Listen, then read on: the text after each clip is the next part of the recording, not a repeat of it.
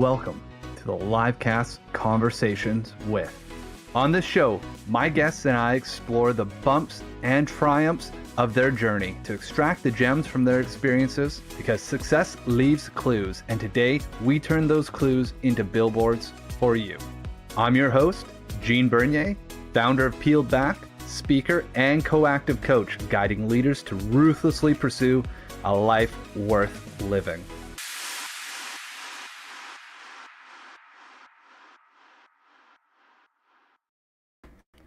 Hey everybody, welcome to episode 106. Today, in this episode, we are joined by Stoyan Yankov, productivity and performance coach, speaker, and author of Perform, the Unsexy Truth About Startup Success.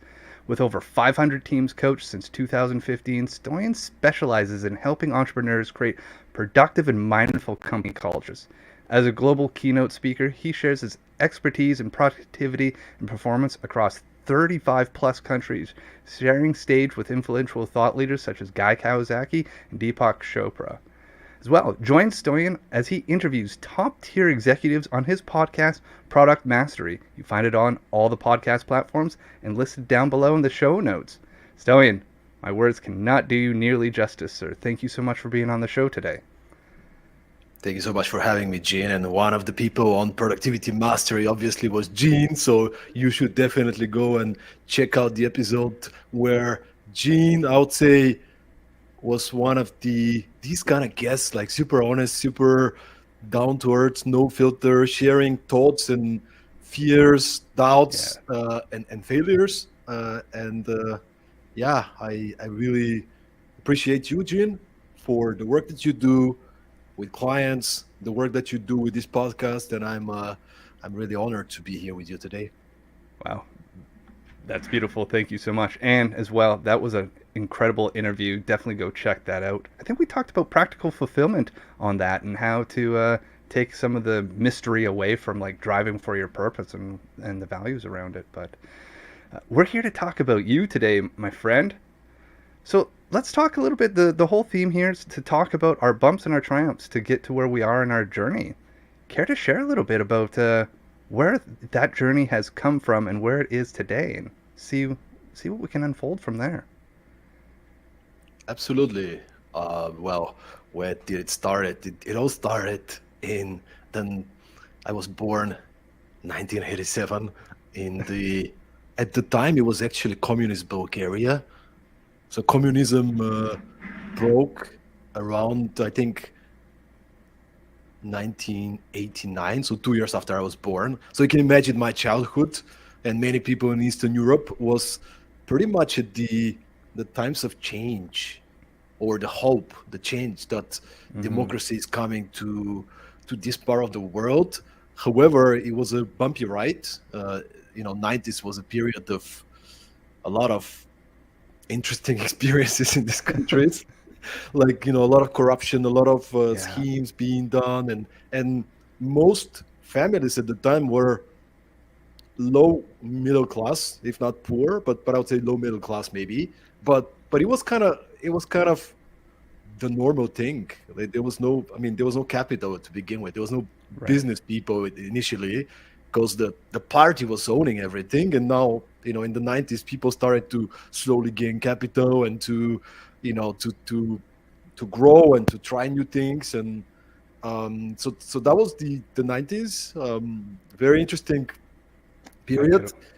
And it comes with the pros and cons. I would imagine for many of us living in the region, on the one side, you build this resilient mindset, like you figure it out, you get creative because you don't have the resources, right? But on the other side, the flaw, the negative side to it for some people might be that you kind of develop subconsciously this kind of scarcity mentality. So because you always repeat it, you don't have enough, right? Like you are not, we can't afford that. This is too expensive. You can't have that, So there are certain things that obviously you gotta work on later on the journey. So that was the beginnings of the story. Very, very ambitious kid. My parents are both teachers, So for them, education was the way to succeed in life, right? So Right. they'll be Yeah. really attentive to me and my brother to study hard, to to be prepared at school, to work hard. I will spend many of my weekends at the village of my grandmother at the countryside, and just uh, do anything you can imagine, agriculture. you know. So you learn to work hard, you learn to be persistent, you learn this kind of family values. Um, so yeah, that was the beginnings, man. Yeah, I hear within that there's like that moment where hope starts to increase, but it's also met by like a high level of like pain and discomfort because like the whole rule set for everyone's life had also been totally upended, and they had to figure out what it meant to live in this new structure and kind of build the rules along the way.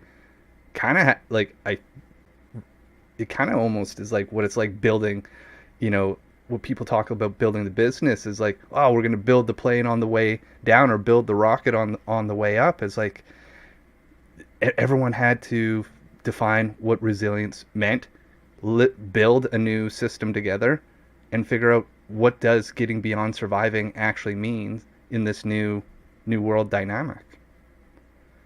No, absolutely, absolutely, and you kind of don't know that, right? Because when you're a Yeah, kid, you just take it as the normal reality, right? Like I can only yeah. imagine how difficult it was for our parents and people in this generation to adapt to this new reality. But here we are, man. 2023. After a couple of very interesting years for the world, it's uh, it's a blessing to be alive and to Hmm. experience this uncertain, but also I would say times that can offer many opportunities if we decide to focus on the right things. Yeah. Well, let's hit that for a moment. How does one come to a point of deciding what's the right things to focus on? Because there's always a buffet of things that are screaming for our attention, and maybe that's the better thing. Through some of this learnings over the last couple years, what is it now meant to go? What's asking for my attention? What deserves my focus? It's a great question, and to to figure it out is a lot more difficult than it used to be Mm, because in the times that we live in, we are so accessible, and there are so many opportunities and choices out there, right? Like everybody has access to all these social channels, internet, online. You see many of these startups and companies building unicorn status, right? Like you can be a coach, you can be a consultant, you can be a freelancer, you can work from home, you can travel to many countries or different states if you're in the States yes. or in Canada, right? Like, Yeah. and that creates this sense of confusion. Mm, So there's no one simple magic pill you can do, but I would say for people like you and me that have been on the journey for quite some time, it's a journey of self-awareness. It is a decision.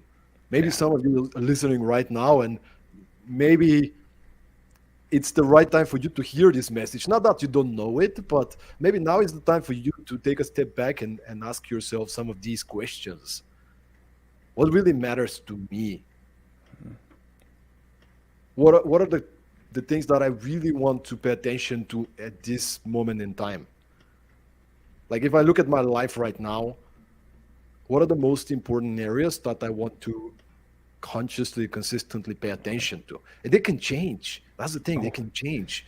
For me, it's a that there is commitment, the man. important part. Everyone, go write those questions down. But remember that last piece there is Stoyan nailed it. Is like that changes because when you're asking those questions that he's asking you to go sit with, you may get new answers because of the new information that you've gathered along the way.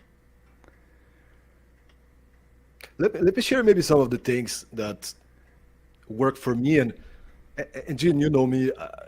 I don't think there is the perfect solution. I don't think I'm doing everything perfect in any way. But um, again, it's a lot more sexy to define those things and to live on your path than we want it to be, and we show it on Yeah. social media and so on.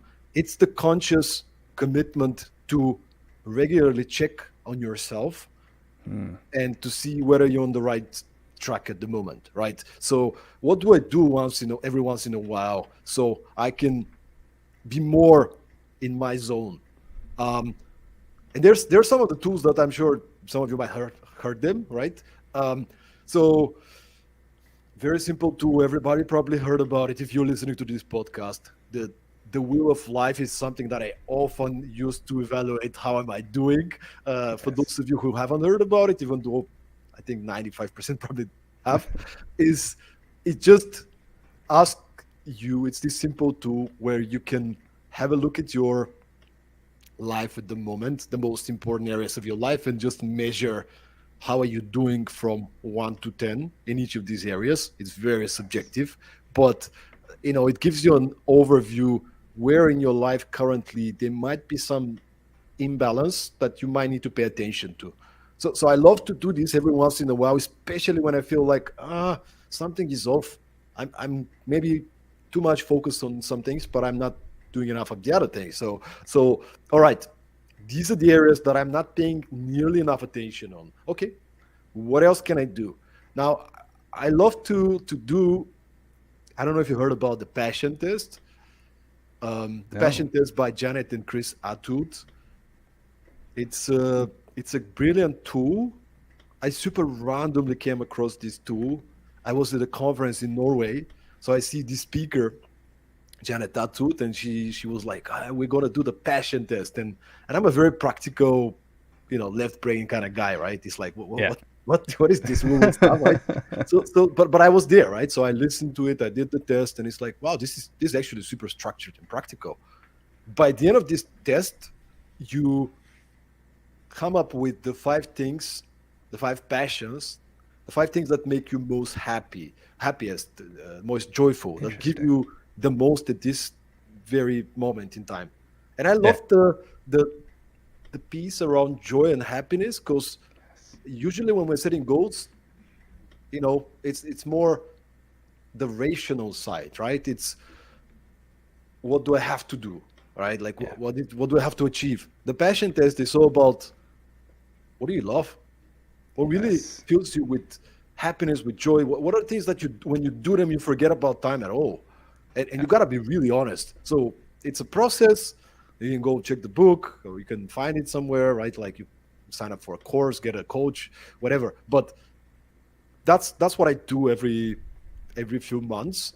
So it's like, okay, these are the top 5 passions for me. These are the areas in my life, and this is how the balance is. And then I kind of try and see, all right, from all these areas, what are some of the goals, the objectives, the things that I want to prioritize? And there's a really good tool, and I don't know where I learned it. So unfortunately, I cannot give credit to the person I learned it from, but it was some of these coaching tools, which is, and it was called the Perfect Week. Basically you write, take 2 pieces of paper. On the left one, you write down, you kind of do week accounting. If I look at my previous week or the average week lately, where did my time go? Like in terms of hours, okay? Sleep 7 hours a night, okay? Write it down. So you put down everything. Where did your time go? And then on the right piece of paper, you write down the perfect week.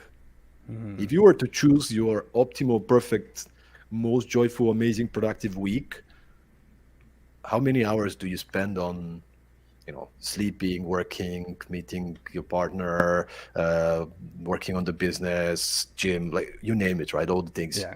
So it's always interesting. So these kind of awareness tools combined can give you a very good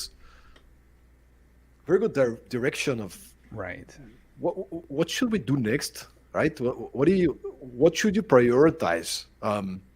And just to give you the final one that I use in my company, and I actually teach other companies to use it too. Man, I'm all about simplicity. I love it. So you can set goals, right? Very specific, tangible goals, and say, I want to double my income. I want to have this body with this amount of body fat. Like I want to find a new job. Like I don't know. You can set Right. the goals, right? But then under the goals, I like to set top three priorities. And let me explain what that means. Priorities in terms of what are the kind of activities and areas that I will prioritize that are connected to my goals. Right. Um, so it could be if your goal is I want to double my income. Okay, so it's like all right. One of the activities is reaching out and attracting high quality clients. That's a priority, right? Yeah. Um, so top three priorities, you kind of write them down. You know what they are, and then you can set yourself a simple kind of rule or guideline. Like, for example, I want 80% of my time at work to be focused on my top three priorities. And then Right. you kind of evaluate, like, where is my time going? How do I get there? And you, every week when I'm planning my week, I'll look into my top three priorities at the moment. And I'll kind of ask myself, did my time last week go making major improvements on what I defined as my priorities, which will lead me to my goals? Yes. And Yeah. if not, what do I have to change? It's really, really helpful because otherwise there's so many things, man. You know it. You're a Yeah. coach, you're an Oh, international speaker, the, you know, that time our it's interesting to hear all this and how you're connecting like this practical component of it, like setting goals. What you're sharing is like there's no secret to that. It's like where do you want to be now? What are the top three things that you're going to recognize that you're going to do to get you there? And then bringing that awareness component into it and being aware of it and going, did I move the needle towards that this week? Is what I put in, would go right back to attention versus focus. When I hear you talking about being in a position, put 80% of your focus into those top three things, I already know that you're going to move mountains. It's just a matter of time. It's like when you get there, you can almost disconnect from where you are to like going, oh, so some people, I've done this in the past where I'm like, I'm not there today, but I'm on the journey. So today actually doesn't matter. Did I take the steps towards my journey today? And what you've just provided is like, here's the practical and tactical steps that you can follow. And it doesn't matter what you fill in for that goal or what those top three priorities are. Do you have a vision? Do you have a bit of a map on how to get there in the short term? And then can you audit and go, do I feel good about these things? Are they actually filling me with like joy and happiness and contentment? Like is the hustle and the grind worth it? Because if you're going to go for something big, or it doesn't even need to be big, if you're going from something that from where you're not, it's going to take a little bit of time. So you need some patience, and it's probably not going to be necessarily like the easiest thing to get to. You're going to have to earn it. So all these things tie back together is what I hear from you. and just to give you an example also is like you talked about failures earlier, right? So my first major involvement in business actually failed.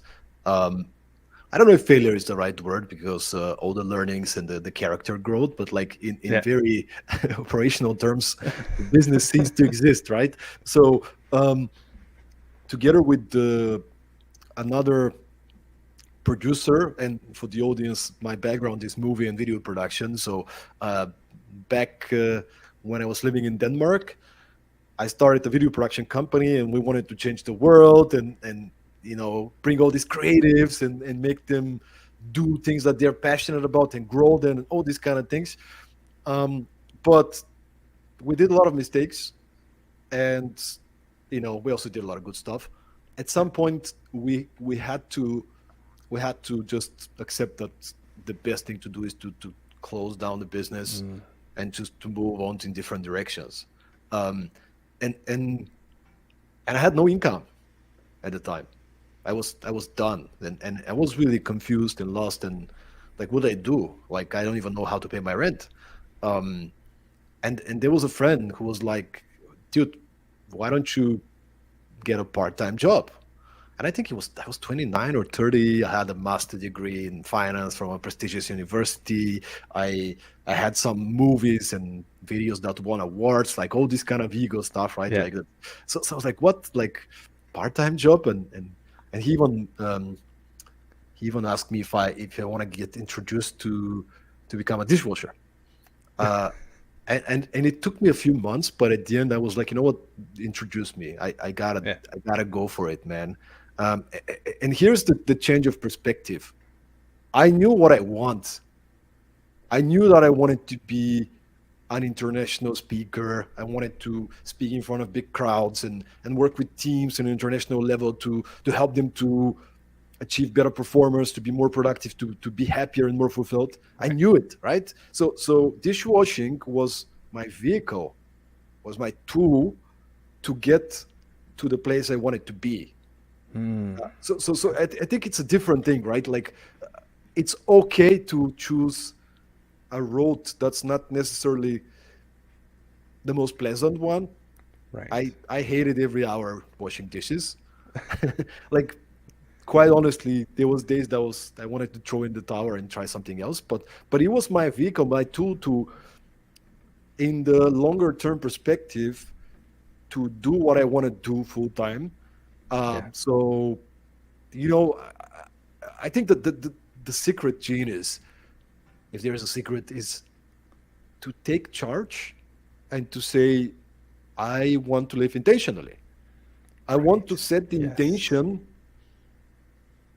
and do the things that I feel are the right thing at this moment. And you're gonna make a lot of mistakes. Oh. And me and you have made a lot of mistakes. We'll do many We more. do a whole show just about the mistakes. But No, but I keep on, right? Like even with I this love that. podcast or whatever. Yeah. Like I mean, it's you do your best, your intentional, you want something to happen, but then you don't know. You Oh, constantly get better. You have this mindset that yes. everything is a work in progress. I'm a project, right? You do a speech in front of massive crowds. Last year, I did a speech at Volkswagen Arena in Istanbul. 3,000 people, lights, music, incredible. Um, I don't care anymore, man. Like it's like I'm talking to you. I have zero Yeah. nervousness. Why? Because it's not about me. It's not about this speech. I'm gonna give it my all to the people out there, but it's about how do I give my very best and get feedback so I can be better next time. And somewhere down the line, Oh, 3 or 5 years in the future, I potentially will be so yes. much better. So I don't know if you've heard of this gentleman. His name's Rory Vaden, but he has like a clip of, or he has like, I'm gonna butcher his metaphor here, but it's all about when I hear this is like you from not being in that place of nervousness, you go into service. So when you're up on that stage, and if you're going from just a complete place of like I'm going to serve to the best of my ability today, and I'm going to learn from it, and hope that one person in this crowd is going to get something from it, that allows you to leave everything on that table and just play so hard out from that place of service versus nervous. And that's what I'm hearing is like that was a bit of that journey. And going from, I want to just touch back on checking that ego to be washing those dishes. Imagine being used as your vehicle allowed you to survive so you could start doing the things that would allow you to thrive, right? Without having that part-time job paying your rent, you're not surviving. And if you're not surviving, you're not in a place to be really going for the big audacious goals that you have had for yourself and that which you are continuing to achieve and getting to that place of going, yes, I am a work in progress. When you're like, how am I going to feed myself? How am I going to put a roof over my head? Sometimes you just need to go, I can deal with that and then still have a bit of time to start working towards the things that will excite me. And I And with, was I was really ashamed at the time. I mm, would I would not tell anybody except my best friends, right? Like that I'm working there. So I will yeah, just do my thing and still be. And then we did an exclusive sort of like event in Bulgaria. This one of these mastermind retreats, in the summer. So I had a chance. I was on the hot seat. So for an hour, I had to share something that I'm struggling with. And it's really silly if you think about it. Like for some people, it's like, come on, man, is that your struggle? But for me, it Yeah. was a big thing. And I kind of shared with the guys, you know what? I gotta be honest with you guys. I know we organized this premium event, but I'm working as a dishwasher. And I just don't know how to talk about it in my speeches because I have these corporate clients. I talk to them about productivity and performance, uh, and then I was a dishwasher, right? And they were, oh man, this is the most inspiring thing I've heard these days. It's incredible. I mean, I'm so proud of you that you're hustling, you're doing this thing in order to live your dream. Wow, this excites me, and you gotta talk about it. And something in me kind of like shifted, man. I was like, you know what? Let's go nuts, man. I don't want to hide stuff. I want to share things as they are. And the truth is, people connect to your story when Mm-hmm. when you talk about your story. Uh, Yes.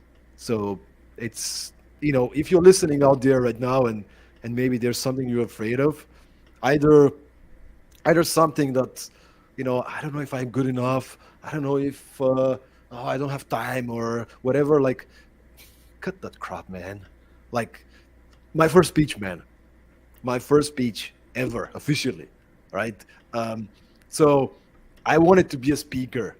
I would go to Tony Robbins and I would go to all these conferences. I did a Yeah. coaching degree, right? Amazing. And I'll do one-on-one coaching and I'll tell everybody about my future workshop and I'll never do it because I was afraid. I'm not ready now, I will just Oh man, that is hitting on such a note. You know what? To add to that, likewise, like yeah, likewise. Been like that talk of going, here's where I want to be, doing all like the learning and the training, and then sharing the dream, but never putting any like being scared shitless of like, what if people realize I'm not as good as they might think I am? That's a real that's a real roadblock and a saboteur, and like hitting that and getting to what was you had your opportunity to sit in that mastermind group, you put that together, and they called you up to share your stories more deeply and connect with it and realize your stories impact people, your stories actually connect with the people that were you, and there's lots of Stoyans out there going, I'm doing the shit job right now, but I'm getting the chance to practice this thing. What was the shift? Was it the mastermind call up, or like what was that shift to get you beyond that place of like holding yourself back, going, one day I'll do that thing, versus I'm working on that today, making this my top 3 priority. so I had a coaching client one-on-one. I like at the time I was a video producer, still when this Yeah, happened. So that was before the mastermind go, like the thing. Um, my first speech I'm talking about. yeah, So I'm producing videos, I'm super busy, and then I have this client and he changed the country, found a new job. Like he's been smashing it, yeah, and I hope to believe I had a little part in that. So after one session, we kind of wrap up the session and he's like, hey man, do you have 5 minutes? I just want to hear how are you doing? And so we kind of wrapping up, catching up. A- And he called me on my BS, man. He was the one that was like, man, what happened with your speech, with the workshop that was, and my idea was ideal workshop on the topic of like life is like a movie and how can we use right, the tools of filmmaking to design a life as we are the directors, the producers, so we take ownership, right? yeah, Great metaphor, great tools, but I never did it. So he was like, you never did it? I've been working with you for more than a year. I've achieved all these things, but you are not working on your goals. And I'll tell you what, I'll give you 30 days for you to put up your speech where you are the presenter, you're not a host. You're the presenter, you're the speaker. I'm like, yeah, okay, fine. He's like, but if you don't do it, you gotta pay £500 for organization that you don't relate it to, like extreme feminists or whatever. Like I don't know. right. And I'm like, okay, I don't know where that come from. Like I never said that. But he wanted to Yeah, just challenge give me you. some sort of a leverage, right? So he hang up the phone. I'm like, I committed. So I put up an event on Facebook, invited everybody, found a place. Um, the job center I was on some unemployment funds or something, so they gave me a free room, right? So, and I was so nervous, man. I was like, oh my God, what would people think? So I did it in front of my neighbors and friends and in front of the mirror. Like, so I go to the event. There's a waiting list. People coming in. Everybody's excited. Like, um, and I'm like, oh my God, I'm so nervous. But you start the thing. Yeah. It gets going. I get them to talk to each other. So the event is over. People talking to each other. I'm like, oh, done, check, right? And then there's a girl that signed up for the event because she saw it online, Yeah. and she's waiting online to talk to me. Hey, can I talk to you? Like, of course. Oh my Yeah. God! Oh my God! Oh, like she told I'm like famous or I don't know, like this.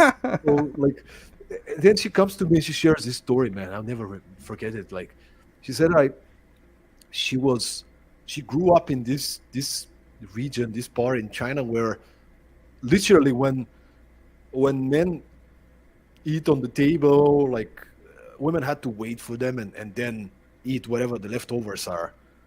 I said, I'm 25 now, and this is the first time somebody tells me I can make decisions for myself. Because in my family, in my tradition, it's my parents. Before I get Yes. married, my parents make decisions for me. Even for this event, I gotta call them and say, "Can I come to the event?" And they tell me to come to the event. I didn't know there's a different way. And now you ask me to close my eyes and to. So I did this meditation, guided Yeah. visualization, where I asked them to close their eyes and imagine they're living the movie of their dream life, 5 years in the future. Right. Right. So I guided them through this, and she's like, you guided me through this, and I imagined myself as a storyteller. I want to empower women in China in the same kind of environment to be their own leaders, to show up for themselves. Thank you so much. And then she hugs me and she doesn't let go. She just holds on to me. And I stay like, man, I've been procrastinating for more than a year because what would people think about me? It's not about me. It's not about me, man. What if one person, as you said, what if one person listens to this podcast and is like, there's this one idea, and they actually changes the trajectory of where they are, right? Yeah. Um, so this was the moment in movie language, the point of no return for my character. It was like, all right, I'm done with this, man. Doesn't mean I'm not afraid sometimes and I don't procrastinate on things, but I'm trying to be more conscious and to evaluate, is that fear really a good signal? Like, is there a lot of risk involved, or is that just I feel some limiting beliefs are setting me to not make the decision that I believe is the right thing? Oof. That's interesting. First off, that story is like powerful, like goosebumps, and like I almost teared up for whatever reason. Like that's an emotional connecting story to, like, not only did that impact you, but because you took the bravery and the courage to go share what that was, not knowing the results it would have, who knows how many lives have been changed because you changed that one person's life.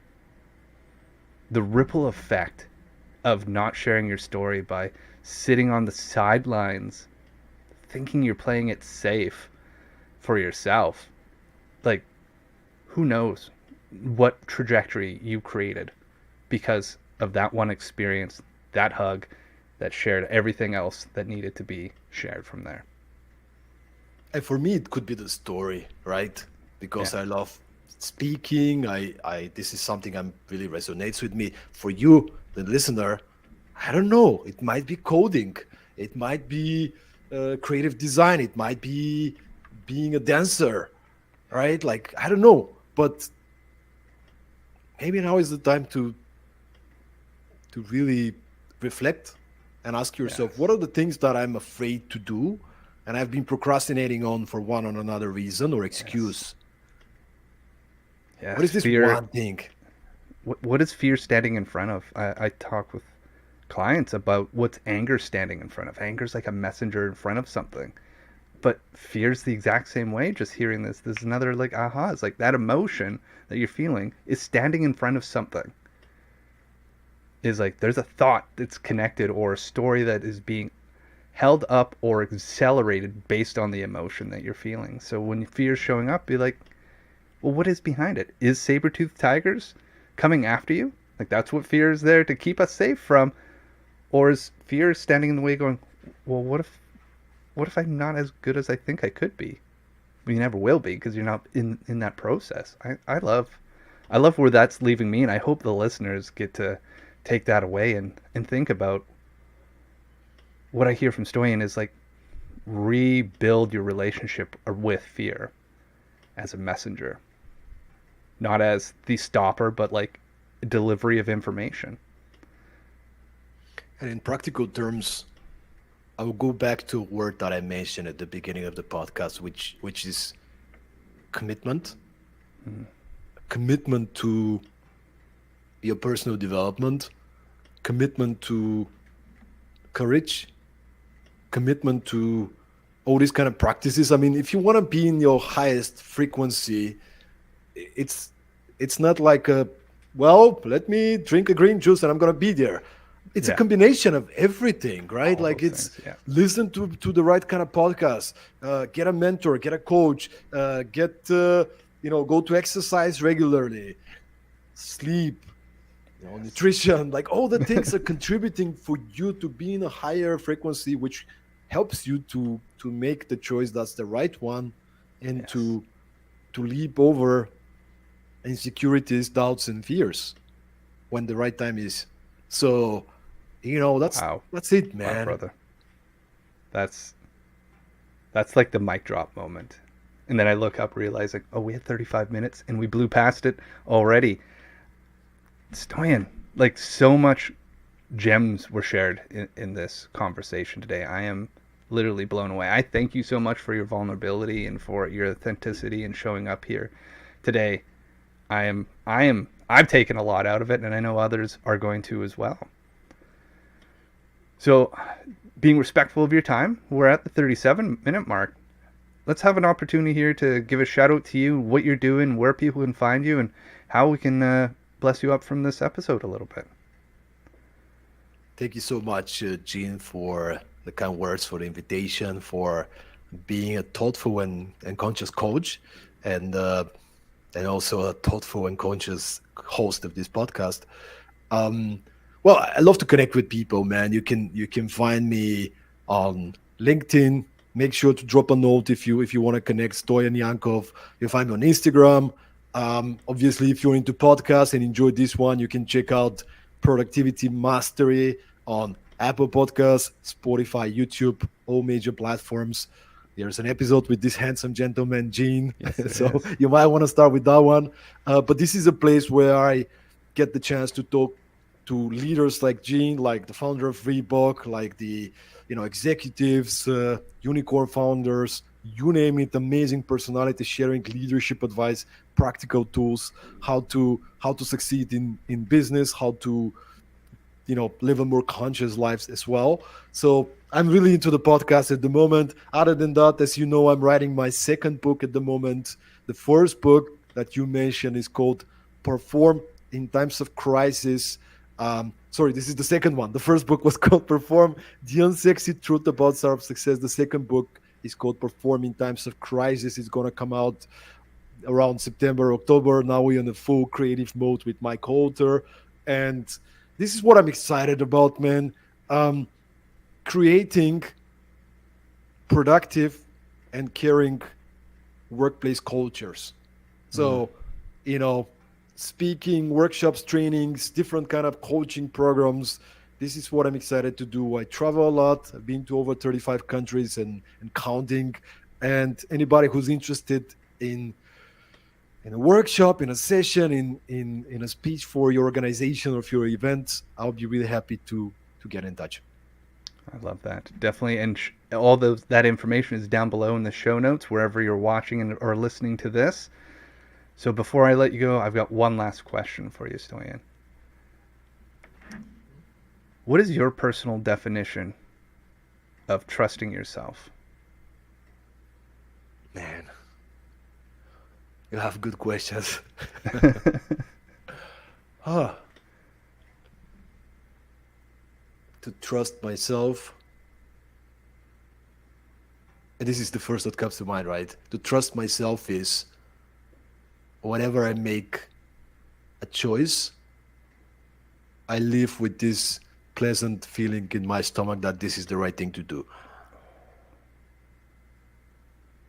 That's beautiful. Thank you so much, my friend. And thank you to everybody else for watching and listening to our show today. And let's listen to ourselves and give ourselves that pleasant feeling in our gut when we make the right choices, because you're going to know it. Until next time, I'm Gene, and this has been my guest, Stoyan, and we'll talk to you next week.